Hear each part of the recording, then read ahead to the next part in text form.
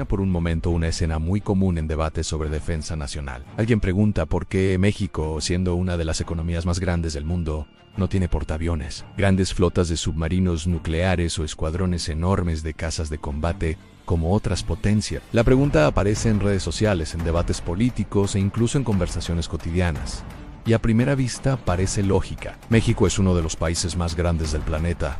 Tiene más de 120 millones de habitantes y una economía que se encuentra entre las 15 más grandes del mundo. Entonces surge la duda, ¿por qué sus fuerzas armadas no tienen el mismo tipo de armamento pesado que poseen países como Estados Unidos, China o Rusia? La respuesta es más compleja de lo que parece, porque tiene que ver con historia, geografía, economía, estrategia militar y hasta con la política exterior del país. Para entender por qué México no opera portaaviones, grandes flotas de submarinos o ejércitos de tanques pesados, primero hay que entender qué tipo de fuerzas armadas tiene el país y cuál es su misión real. Las Fuerzas Armadas Mexicanas están compuestas principalmente por tres instituciones: el Ejército Mexicano, la Fuerza Aérea Mexicana y la Marina Armada de México. Estas instituciones dependen de la Secretaría de la Defensa Nacional y de la Secretaría de Marina, a diferencia de muchos países que diseñan sus ejércitos pensando en guerras internacionales de gran escala. La misión principal de las Fuerzas Armadas Mexicanas históricamente ha sido otra. Su función ha estado mucho más enfocada en la seguridad interior,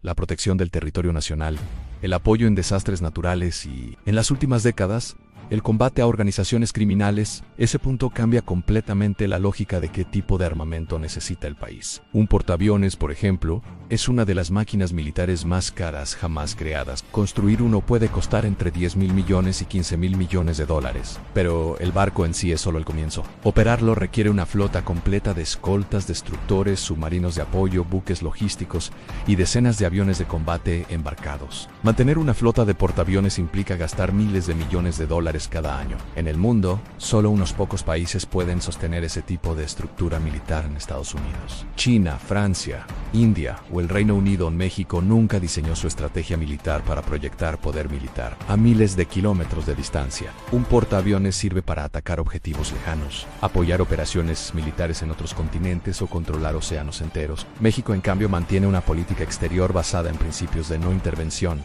autodeterminación de los pueblos y resolución pacífica de conflictos. Estos principios forman parte de lo que históricamente se conoce como la doctrina Estrada, una línea diplomática que ha guiado la política exterior mexicana durante décadas. Esto significa que México no busca proyectar fuerza militar fuera de su territorio. Su estrategia se centra en la defensa nacional y en tareas internas.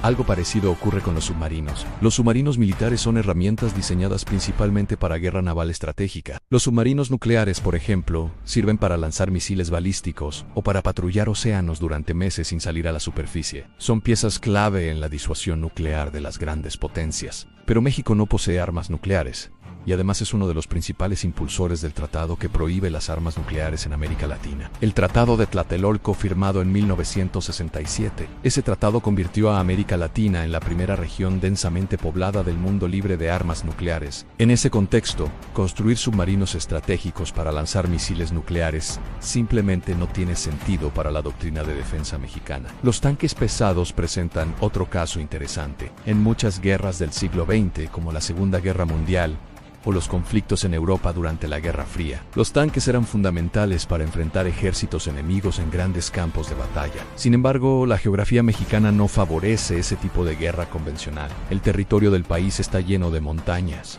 selvas, sierras, zonas urbanas densas y terrenos irregulares. Los tanques pesados funcionan mejor en grandes llanuras abiertas, como las de Europa del Este o Medio Oriente. Además, el principal riesgo de seguridad para México en las últimas décadas no ha sido una invasión extranjera con divisiones blindadas. El desafío ha sido el combate contra organizaciones criminales dentro del propio territorio nacional. Para ese tipo de operaciones, los tanques pesados no son la herramienta más útil. Las Fuerzas Armadas Mexicanas utilizan vehículos blindados ligeros, helicópteros, inteligencia y operaciones terrestres móviles que se adaptan mejor a ese tipo de conflictos. El caso de los aviones de combate también refleja esa misma lógica estratégica. La Fuerza Aérea Mexicana sí posee aviones de combate, pero no en grandes cantidades ni con la tecnología más avanzada de las potencias militares. Uno de sus principales modelos ha sido el Northrop F-5 Tiger II, un caza supersónico diseñado en la década de 1960. Estos aviones han sido modernizados varias veces para mantener su capacidad operativa,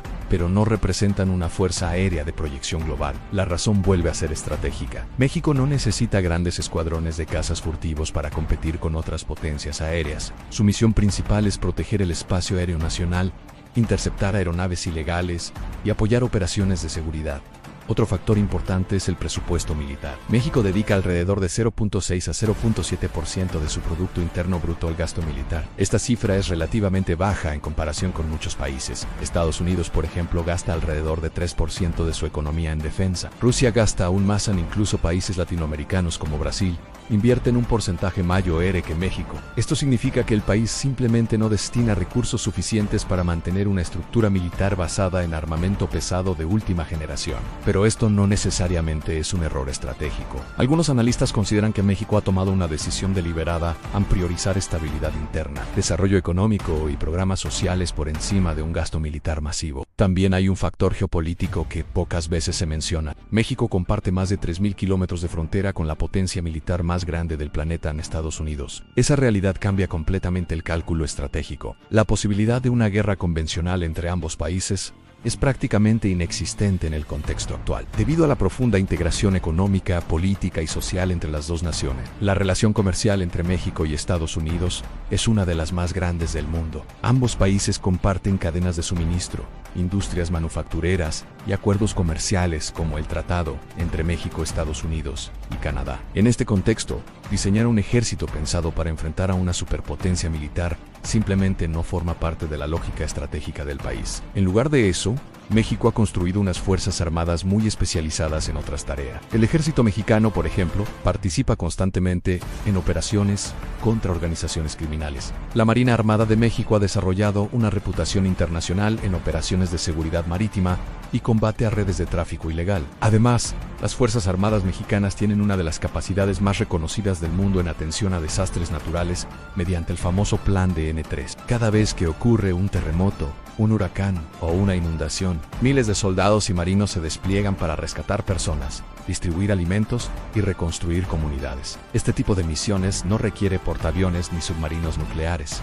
Requiere logística, disciplina y presencia territorial. Eso no significa que México no esté modernizando su capacidad militar. En los últimos años, el país ha adquirido nuevos radares, helicópteros, aviones de transporte, patrullas oceánicas y sistemas de vigilancia. La Marina ha construido barcos modernos en astilleros nacionales. Incluso ha desarrollado cierta capacidad de producción militar local. El objetivo de estas inversiones no es competir con las grandes potencias, sino mejorar la capacidad de vigilancia territorial, protección marítima y seguridad interna. En realidad, el modelo de defensa mexicano refleja una filosofía estratégica bastante clara. El país no busca proyectar poder militar global ni participar en conflictos internacionales. Busca proteger su territorio, mantener estabilidad interna y colaborar con la seguridad regional cuando es necesario. Esto puede parecer limitado si se compara con las enormes fuerzas militares de algunas potencias, pero también refleja una decisión política y estratégica. En México no pretende convertirse en una potencia militar global. La pregunta entonces cambia completamente. No es por qué México no tiene portaaviones o submarinos nucleares. La pregunta real es si el país necesita ese tipo de armamento para cumplir sus objetivos de seguridad. Hasta ahora,